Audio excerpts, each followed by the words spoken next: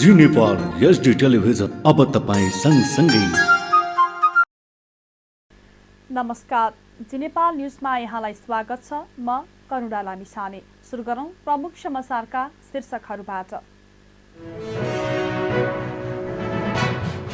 नेपाल एकीकरण अभियानका सारथी पाण्डेको स्मृति दिवस उहाँको योगदानको स्मरण गर्दै मनाइयो। राष्ट्रपति भण्डारीद्वारा शालिगमा माल्यार्पण गरी श्रद्धाञ्जली व्यक्त।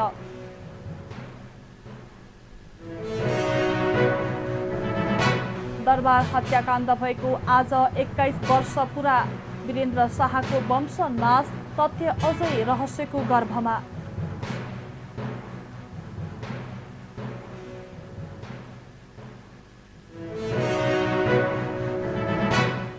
सरकारले ल्याएको बजेटले मुलुकको आर्थिक सङ्कटलाई सम्बोधन गर्न नसकेको एमालेका सांसद गेवालीको आरोप। बजेट कार्यान्वयन हुने खालको नभएको उल्लेख।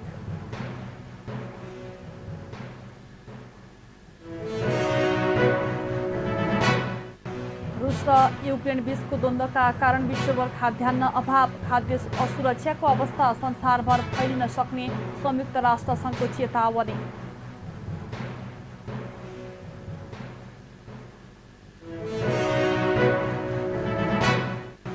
र नेपालले अमेरिकाको स्थानीय क्लब नेपाली अल स्टारसँग पहिलो अभ्यास खेल खेल्दै। खेल नेपाली समय अनुसार राति 9 बजेपछि सुरु हुने।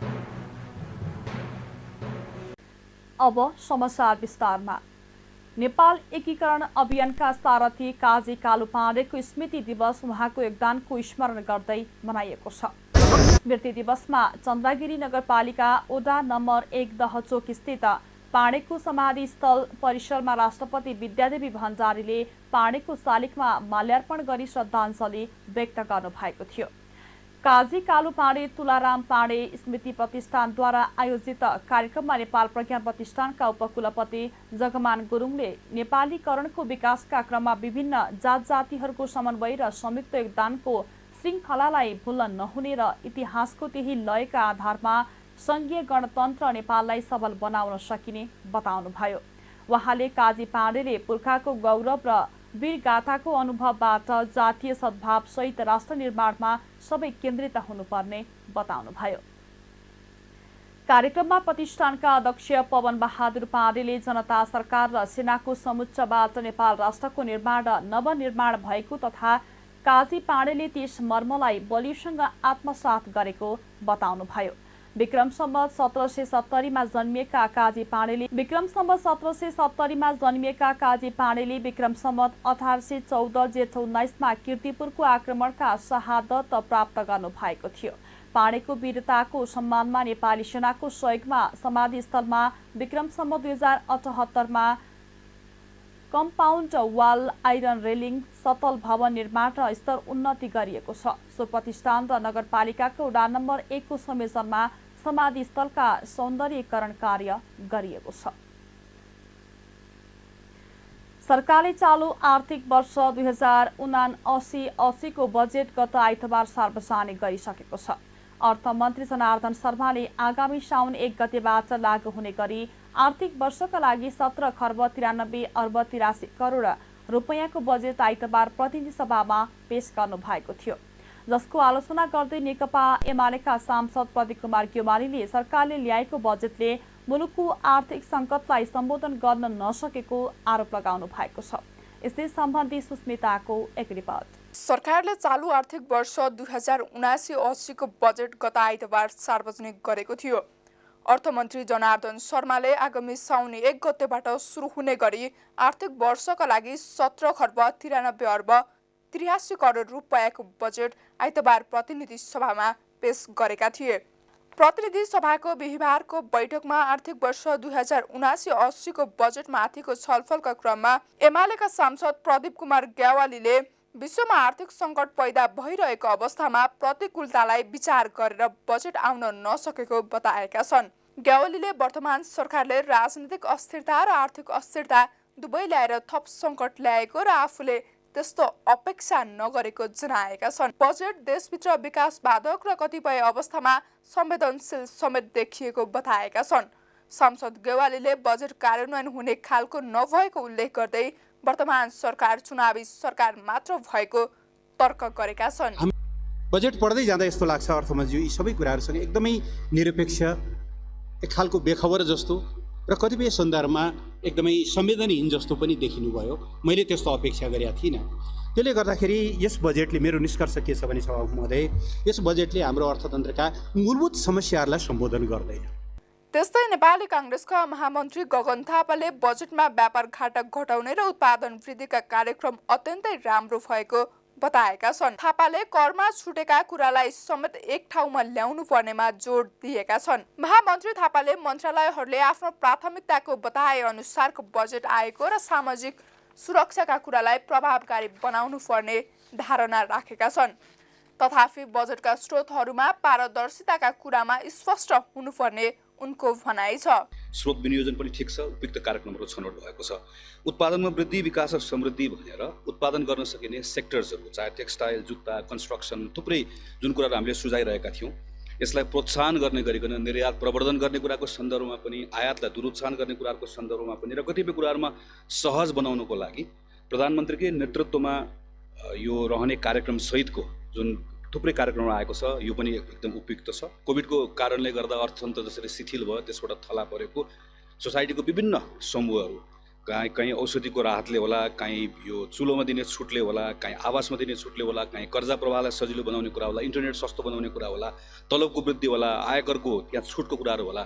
यसले नागरिकहरूको आत्मविश्वास बढाउँछ, अर्थतन्त्र चलायमान गर्ने कुरामा मद्दत गर्छ। यता माओवादी केन्द्रका सांसद गिरिराज मणि पोखरेलले स्वास्थ्य र शिक्षाका कुरामा आएको बजेट राम्रो भएको तर स्वास्थ्य बिमा कम्पनीलाई दिने कुरामा आफ्नो समर्थन हुन नसक्ने बताएका छन्। उनले समतामूलक, पहुँचयोग्य र गुणस्तरीय शिक्षामा बढी ध्यान दिनुपर्ने सुझाव दिएका छन्। त्यसकारणले यसलाई व्यवहारिक ढङ्गले सोच्नुपर्ने देखिन्छ। त्यसले चाहिँ प्रदेश र स्थानीयलाई पनि मजबुत बनाउन भूमिका खेल्दछ। सभामुख महोदय, मैले यो समर्थन गर्न नसक्ने कुरा चाहिँ यो स्वास्थ्य बिमा कम्पनीलाई दिने कुरा छ। त्योसँगै सांसद जीवराम श्रेष्ठले बजेटले सबै क्षेत्रलाई समेटेको र त्यसको कार्यान्वयन गर्न समेत सुझाव दिएका छन्। त्यसो त यसअघि समेत सरकारले वर्षौं पेश गर्ने बजेटमा प्रतिपक्षलाई विपक्षले कहीँ कतै सधैँ नै आलोचना गर्ने गरेको समेत देखिएको छ। तथापि बजेट सार्वजनिक गर्दा आउने आलोचनालाई भने सरकारवालाले सामान्यकरण गर्दै आएका छन्। जी नेपाल न्युजका लागि सुस्मिता, काठमाडौँ। नेकपा एकीकृत समाजवादीका अध्यक्ष माधव कुमार नेपालले प्रधानमन्त्रीको प्रलोभनमा नपर्ने बताउनु भएको छ। पार्टीका नवनिर्वाचित जनप्रतिनिधि तथा कार्यकर्तालाई प्रशिक्षण दिन बिहिबार सुर्खेत पुग्नुभएका अध्यक्ष नेपालले आफू कुनै प्रकारको प्रलोभन तथा लालचमा नपर्ने बताउनु भएको हो। प्रचण्डजीले एउटा कार्यक्रममा प्रधानमन्त्रीको अफर आयो भन्नुभएको थियो। त्यसको जवाफमा मैले तपाईँलाई मात्र होइन, अन्त पनि आएको छ भनेर सङ्केत गरेको थिएँ, उहाँले भन्नुभयो। यो कार्ड मान्छेलाई मूर्ख बनाउने तरिका हो। म कुनै प्रकारको प्रलोभन र लालचमा पर्ने मान्छे होइन। अहङ्कारी र षड्यन्त्रकारीहरूले विभिन्न खालका भ्रम फैलाइरहेको भन्दै उहाँले आफूलाई कुनै लालच नभएको प्रतिक्रिया दिनुभयो। अध्यक्ष नेपालले नेकपा एमालेसँग एकीकरण वा गठबन्धनको सम्भावना समेत नरहेको बताउनु भएको छ। वाम गठबन्धन र एमालेसँग एकीकरणको चर्चा चले पनि तत्काल यो दुवै सम्भावना नभएको बताउनुभयो। आफूले इमानदारिता देखाउँदा पनि गठबन्धन दलहरूबाटै धोका पाएको भन्दै नेपालले धेरै अहङ्कार देखाउनेहरू भ्रष्म हुने सङ्केत गर्नुभयो। आज जेठ 19 गते अर्थात् रहस्यमय दरबार हत्याकाण्ड भएको कालो दिन। राजा वीरेन्द्रको वंशनाश हुने गरी भएको दरबार हत्याकाण्डको 21 वर्ष पुरा भएको छ। 2058 जेठ 19 गते राति भएको हत्याकाण्डमा राजा वीरेन्द्रको वंशनाश भएको थियो। हत्याकाण्डको छानबिनका लागि गठन भएको तत्कालीन समितिले पनि रहस्य बाहिर ल्याउन सकेको छैन। हत्याकाण्डका विषयमा तत्कालीन प्रधान न्यायाधीश र संसदका तत्कालीन सभामुख सदस्य रहेको छानबिन समितिले छानबिन गरे पनि त्यसले सही तथ्य बाहिर ल्याउन नसकेको भन्दै आम असन्तुष्टि अझै उत्तिकै छ। यसै सम्बन्धी विक्रम दाहालको एक रिपोर्ट। आज जेठ 19 अर्थात् रहस्यमय दरबार हत्याकाण्ड भएको कालो दिन। राजा वीरेन्द्रको वंशनाश हुने गरी भएको दरबार हत्याकाण्डको 21 वर्ष पुरा भएको छ। 2058 साल जेठ 19 गते राति भएको हत्याकाण्डमा राजा वीरेन्द्रको वंशनाश भएको थियो। राजा वीरेन्द्र, रानी ऐश्वर्य, युवराज दिपेन्द्र, अधिराज कुमार निराजन, अधिराज कुमारीहरू श्रुति, शान्ति राज्यलक्ष्मी सिंह, शारदा राज्यलक्ष्मी शाह, शाह ज्यादी जयन्ती राज्यलक्ष्मी शाह, कुमार खड्ग विक्रम शाह र धीरेन्द्र शाहको एकै प्रकरणमा हत्या भएको थियो। घटनामा कोमल शाह, शोभा साई, कुमार गोरख शमशेर राणा र केतकी चेस्टर घाइते भएका थिए। भनिन्छ दरबार हत्याकाण्ड एक गम्भीर षड्यन्त्र थियो, तर यो षड्यन्त्र कसले गर्यो अहिलेसम्म रहस्य भने बाहिर आउन सकेको छैन। हत्याकाण्डको छानबिनका लागि गठन भएको तत्कालीन समितिले पनि हत्याकाण्ड बाहिर ल्याउन सकेको छैन। हत्याकाण्डका विषयमा तत्कालीन प्रधान न्यायाधीश र संसदका तत्कालीन सभामुख सदस्य रहेको छानबिन समितिले छानबिन गरे पनि त्यसले सही तथ्य भने बाहिर ल्याउन नसकेको भन्दै आम असन्तुष्टि अझै पनि उत्तिकै छ। यो 21 वर्षको बीचमा धेरै सरकार फेरिए तर हत्याकाण्डको रहस्य अझै पनि खुलेन। नेपालमा राजनीतिक परिवर्तनपछि राज संस्था नै अन्त्य भएर मुलुकमा गणतन्त्रात्मक व्यवस्था आएको यतिका वर्ष हुँदा पनि रहस्यमय दरबार हत्याकाण्ड छानबिन भएको छैन। अथवा भन्नुपर्दा त्यसपछि बनेका कुनै पनि सरकार प्रमुखले दरबार हत्याकाण्डको छानबिन गम्भीर रूपले चासो देखाइएको पाइएन। राजतन्त्र हटेर मुलुकमा गणतन्त्र स्थापना भइसके पनि तत्कालीन राज परिवारको वंशनाश भएको जेठ 19 को नमिठो छाप अहिले पनि नेपालीको मनबाट मेटिएको छैन। 2046 सालको राजनीतिक परिवर्तनपछि संवैधानिक दायरा र मर्यादामा बसेर राजा वीरेन्द्रले नेपाली जनताको लोकप्रिय अभिभावकको प्रत्याभूति दिलाएका थिए। तर यस्तो समयमा राजा र राज परिवारको वंशनाश भयो जति बेला नेपाली कांग्रेस नेतृत्वको सरकार अलोकप्रियता र विवादको चरम चुलीमा पुगेको थियो भने माओवादीका नाममा सञ्चालित घरेलु द्वन्द्वले मुलुकमा शक्ति र गति लिँदै गरेको थियो। मूलधारका राजनीतिक पार्टीहरूको एउटा समूह त्यस बेला आन्तरिक द्वन्द्वको राजनीतिक समाधानका लागि प्रयत्नरत थियो। द्वन्द्वरत माओवादीका प्रतिनिधिहरू पनि सगोत्री एमाले नेताहरूसँग बेग्लै र विभिन्न सम्पर्कद्वार मार्फत राजदरबारसँग कार्य एकताका नाममा संवादमा थिए। मुलुकभित्र राजनैतिक स्थिरताका लागि भइरहेका प्रयत्नबीच 2058 साल जेठ 19 गते नेपाली सेनाको बलियो सुरक्षा साङ्लोभित्र राज परिवारको इहलीला समाप्त भएको थियो। उदार राजाको छवि बनाएका वीरेन्द्रको वंशनाश भएपछि नेपालमा राजतन्त्र धेरै समय टिक्न सकेन।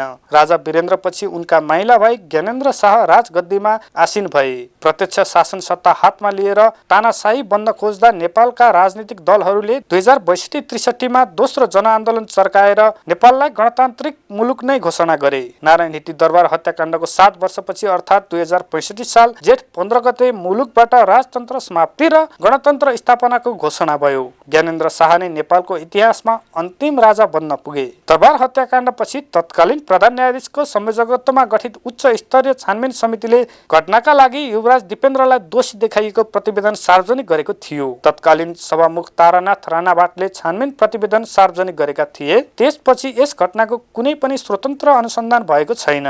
तत्कालीन माओवादीका अध्यक्ष प्रचण्ड नेतृत्वको दोस्रो मन्त्री परिषदमा गृह मन्त्रालयको जिम्मेवारी सम्हालेका विमलेन्द्र निधिले दरबार हत्याकाण्डको छानबिन गर्नुपर्ने कुरा उठाएका थिए। राजगद्दीबाट फालिएपछि पनि ज्ञानेन्द्रले राजनीतिक वक्तव्यबाजी गर्न नछाडेको प्रतिशोधमा निधिले छानबिनको कुरा उठाए पनि त्यो कुरा अगाडि भने बढेको छैन। अनेक आशंका र अनुमान गरिए पनि नारायण हिटी दरबार हत्याकाण्ड अहिले पनि रहस्यमय नै छ। त्यसैले उक्त हत्याकाण्डको यथार्थ छानबिन हुनुपर्ने माग अझै पनि हुँदै आएको छ।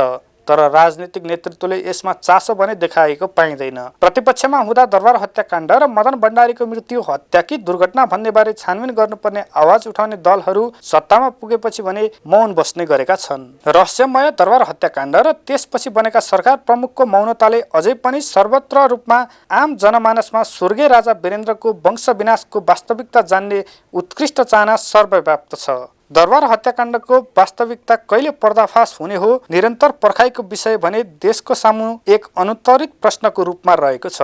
जी न्यूज नेपालका लागि विक्रम दाहाल, काठमाडौँ। पूर्व राजा वीरेन्द्र शाहको शालिग राख्ने विषयमा विवाद हुँदा नेपालगञ्जको धम्बुजी स्थित वीरेन्द्र चोक तनावग्रस्त भएको छ। बिहिबार बिहान वीरेन्द्र चोकमा वीरेन्द्र शाहको शालिग राख्न खोज्दा प्रशासनले अवरोध गरेपछि प्रहरी र राजावादी बीच झडप भएको हो।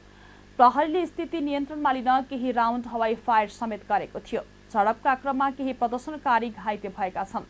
झडप भएपछि सो स्थानमा ठूलो संख्यामा सुरक्षाकर्मी तैनाथ गरिएको थियो। यसैगरी राप्रपा नेपालका अध्यक्ष कमल थापाले नेपालगञ्जमा राजा वीरेन्द्र शाहको शालिग राख्न खोज्दा सरकारले अवरोध गर्नु गलत भएको बताउनु भएको छ।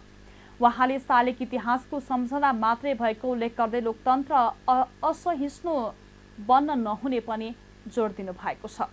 आन्दोलनको रापतापमा राजा लगायत बीपी भानुभक्त समेतको शालिग तोडफोड गरियो त्यो गलत थियो। नेपालगञ्जमा जहाँ पहिले राजा वीरेन्द्रको शालिग थियो त्यहाँ अहिले शालिग राख्न खोज्दा सरकारले अवरोध गर्नु ठिक भएन, उहाँले ट्विटरमा भन्नुभएको छ।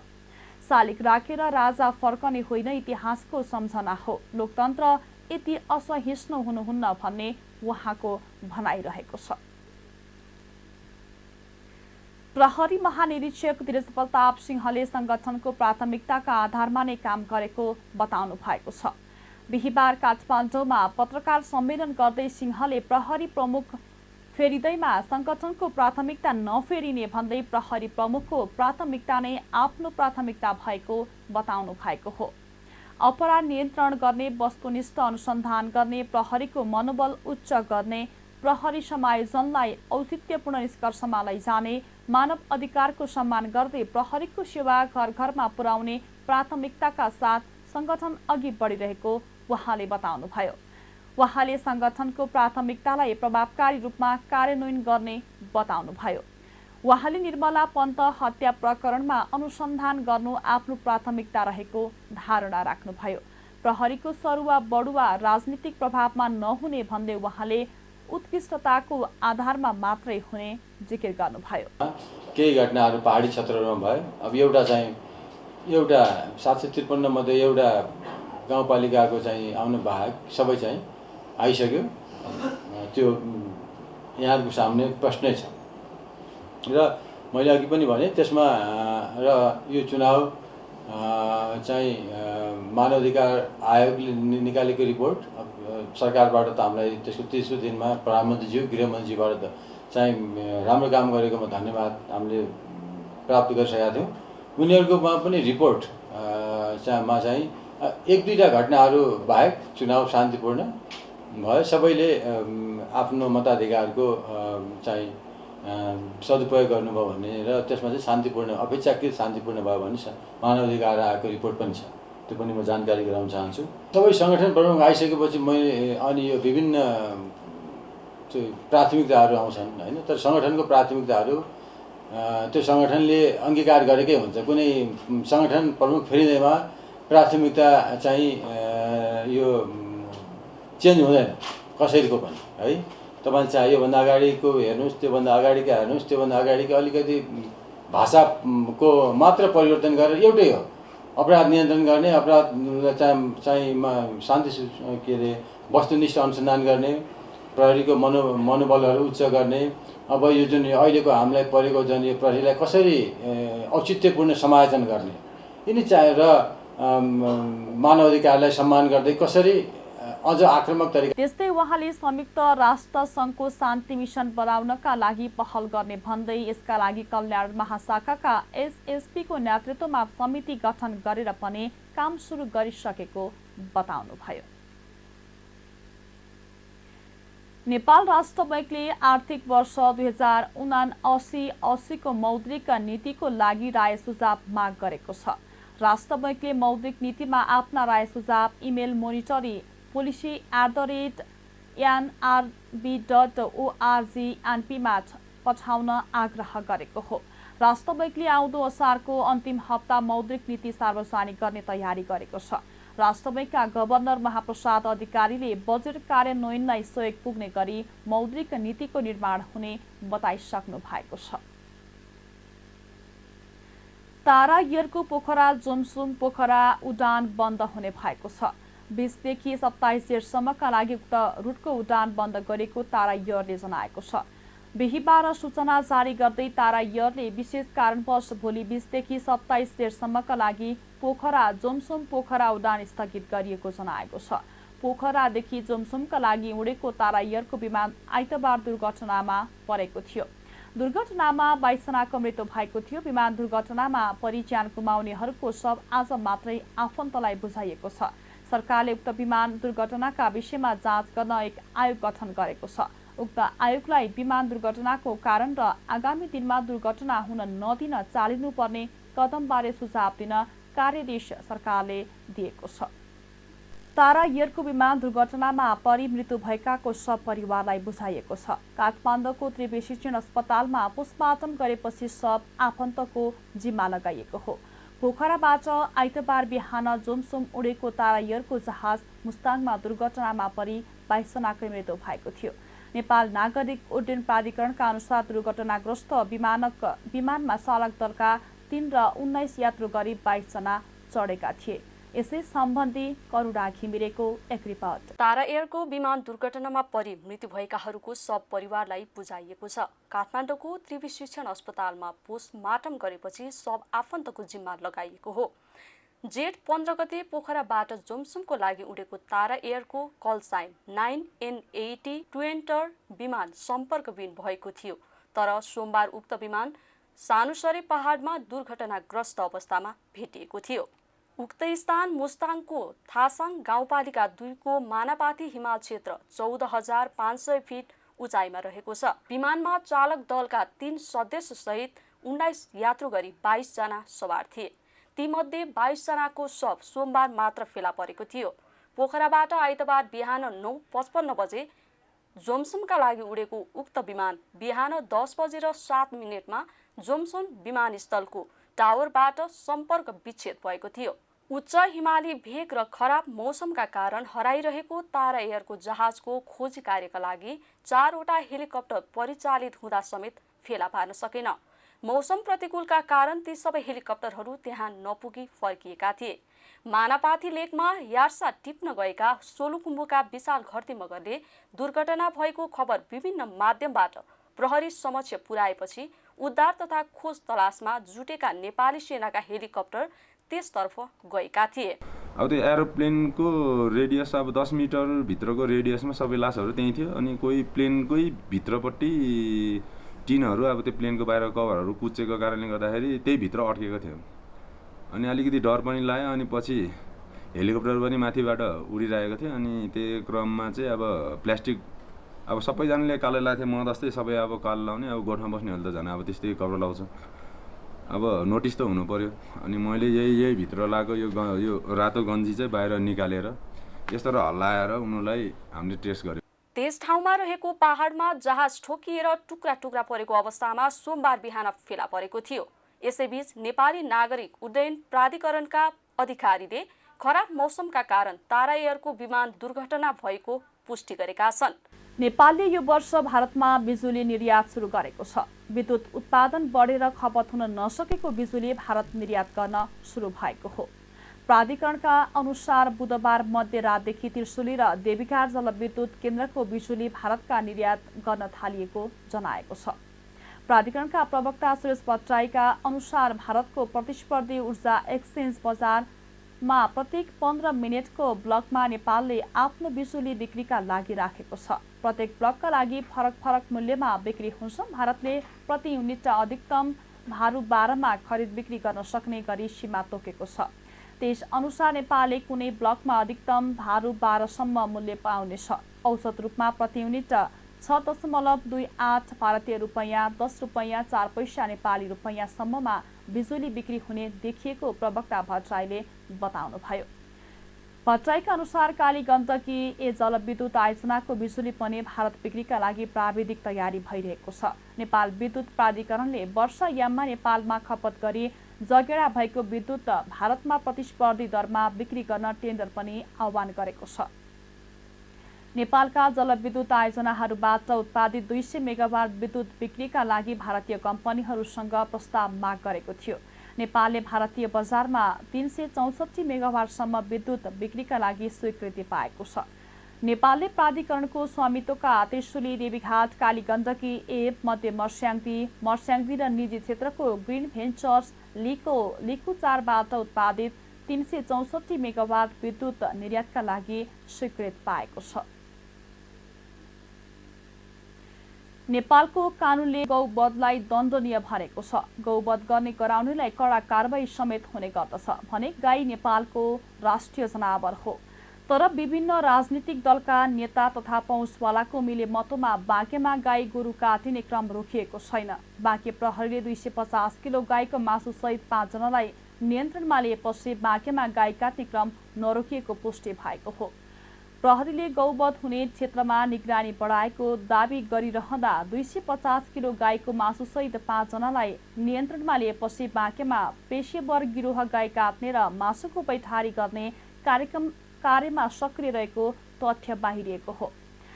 इलाका प्रहरी कार्यालय धनौलीले खजुरा गाउँपालिका वडा नम्बर 6 बाट 5 वटा बोरामा राखेको अवस्थामा 250 किलो गाईको मासु र 5 जनालाई नियन्त्रणमा लिएको हो।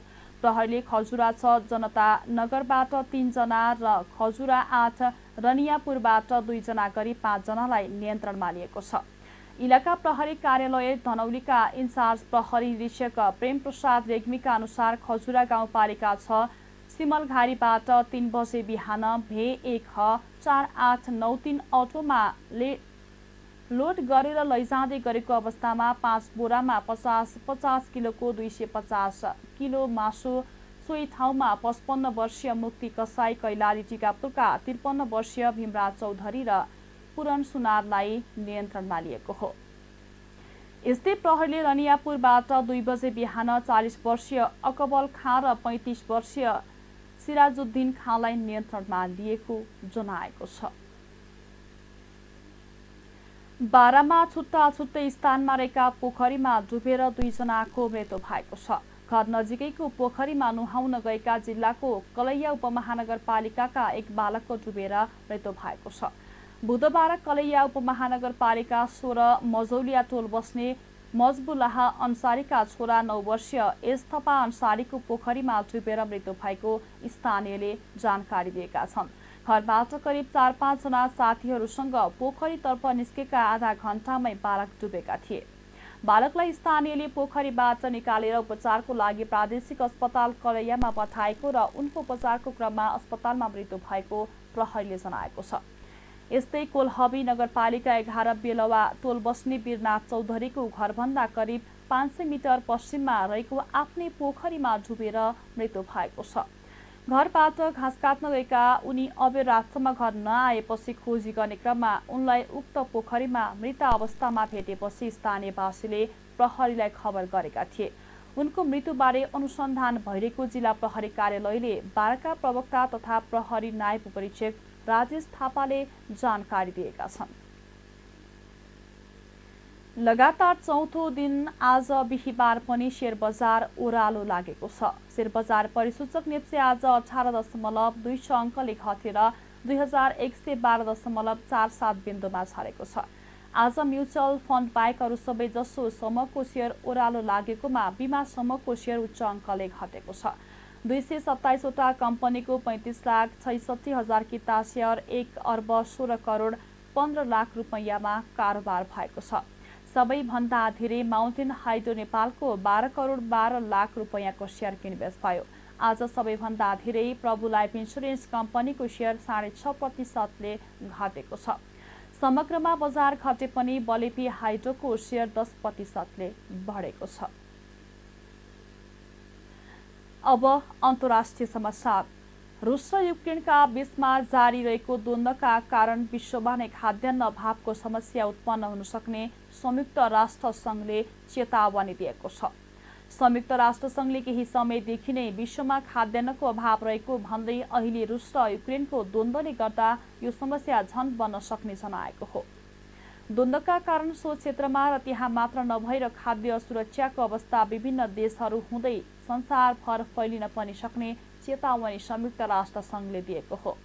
संयुक्त राष्ट्र सङ्घका महासचिव एन्टोनियो गुटेरेसले बुधबार स्टकहोल्ममा सो कुरा बताउनु भएको थियो। महासचिव गुटेरेसले बुधबार स्विडेनका प्रधानमन्त्री माग्दालेना एन्डरसनसँग भेटवार्ता गर्नुभएको थियो। त्यस भेटका क्रममा उहाँले विश्वमा बढ्दो खाद्य सुरक्षाका बारेमा कुराकानी पनि गर्नुभएको बताइएको थियो। त्यसक्रममा उहाँले रुस युक्रेन द्वन्द्वका साथै महामारी पछिको युरोपका बारेमा कुराकानी पनि गर्नुभएको बताइएको छ।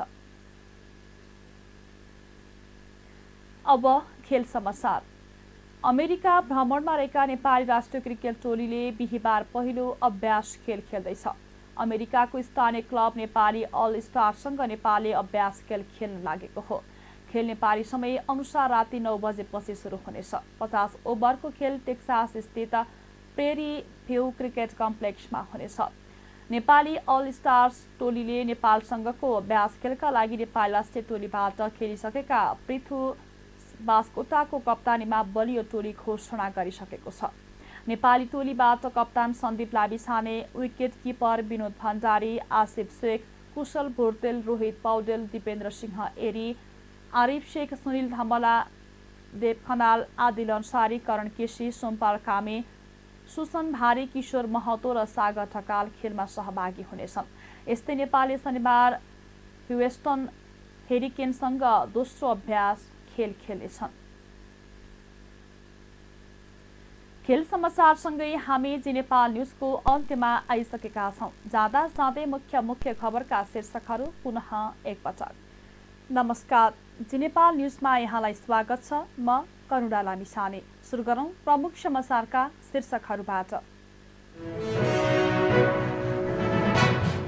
नेपाल एकीकरण अभियानका सारथी पाण्डेको स्मृति दिवस उहाँको योगदानको स्मरण गर्दै मनाइयो। राष्ट्रपति भण्डारीद्वारा शालिगमा माल्यार्पण गरी श्रद्धाञ्जली व्यक्त।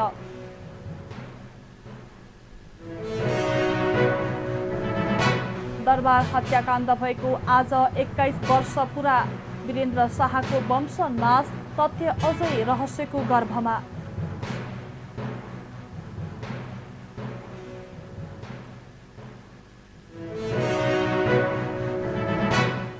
सरकारले ल्याएको बजेटले मुलुकको आर्थिक सङ्कटलाई सम्बोधन गर्न नसकेको एमालेका सांसद गेवालीको आरोप। बजेट कार्यान्वयन हुने खालको नभएको उल्लेख।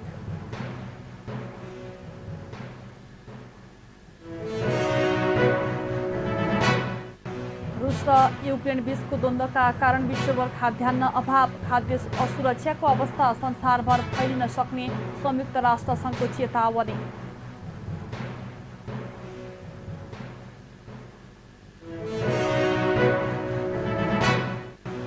र नेपालले अमेरिकाको स्थानीय क्लब नेपाली अल स्टारसँग पहिलो अभ्यास खेल खेल्दै। खेल नेपाली समय अनुसार राति 9 बजेपछि सुरु हुने। हौस् त अहिलेको लागि जी नेपाल एसडी न्युज यति नै। ताजा समाचार र मनोरञ्जनका लागि जी नेपाल एसडी टेलिभिजन हेर्दै रहनुहोला। नमस्कार।